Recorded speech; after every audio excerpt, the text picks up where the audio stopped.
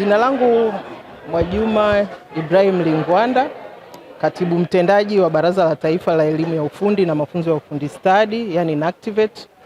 Napenda kuchukua fursa hii kuwakaribisha jamii yote hapa nchini kwetu kuja hapa kwenye viwanja vya shule ya sekondari ya Usagara mjini Tanga, ambapo NACTVET tunashiriki kwenye wiki ya elimu, ujuzi na ubunifu.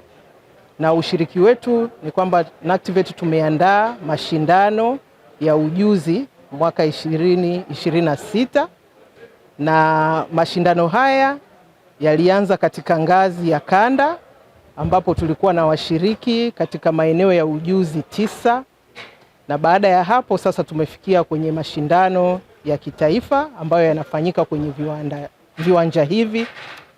Mashindano hayo kama nilivyosema ni katika maeneo 9 ya ujuzi, na tuna washiriki 46 kutoka taasisi mbalimbali. Mpaka sasa maandalizi yanaendelea vizuri, washiriki wako tayari, lakini pia waamuzi au majaji wako tayari, wakiwepo pia experts wetu ambao wanatusaidia kwenye kuwaweka sawa washiriki wetu.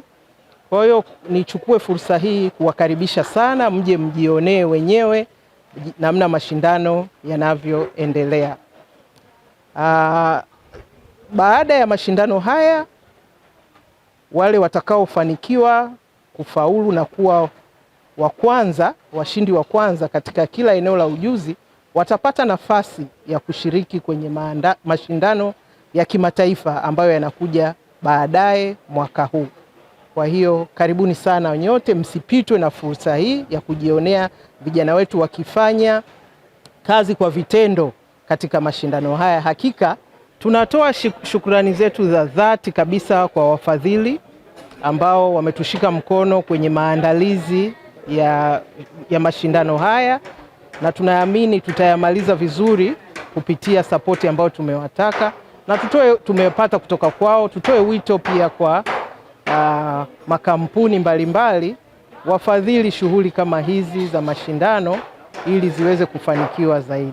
Mimi naitwa Dr. Geoffrey Oleke, ni mkurugenzi wa udhibiti bora Baraza la Taifa la Elimu ya Ufundi na Mafunzo ya Ufundi Stadi. Karibuni kwenye banda letu la ujuzi, na katika mashindano haya tunashindanisha fani 9. Fani hizo ni pamoja na mapishi, mechatronics, Internet of Things, tunashirikisha mambo ya ujenzi, mambo ya kuchomeleaji wa vyuma, tunashirikisha pia engineering with CAD, tunashirikisha pia beauty and therapy, tunashindanisha pia masuala ya design. Kama mnavyoona kuna design technology pale wanaoshona, na tunashindanisha pia ujenzi. Nadhani nimetangulia kusema hivyo. Mashindano haya yalianza mwezi wa 6, ambapo tulishirikisha vyuo. Tulitoa matangazo kwa vyuo vyote kwamba tutashirikisha mashindano katika fani. Awali fani zilikuwa 15, lakini baadaye washiriki wengi walionekana katika hizi fani 9 ambazo nimezitaja, na baada ya pale tulishindanisha washiriki katika ngazi ya vyuo, na kisha tukawashindanisha katika ngazi za kanda. Au mnaowaona hapa ni washindi 5 katika kila ngazi katika kila fani, isipokuwa fani ya ushonaji ambayo ina washiriki 6, lakini kila fani ina washiriki 5 ambao kama alivyosema katibu mtendaji watashiriki katika washindi watashiriki katika mashindano ya kikanda na baadaye mashindano ya kidunia.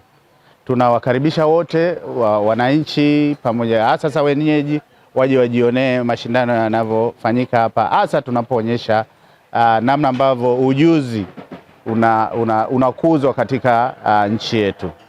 Malengo yetu ni kuona kwamba Tanzania inashiriki katika mashindano haya kikanda na pia kidunia.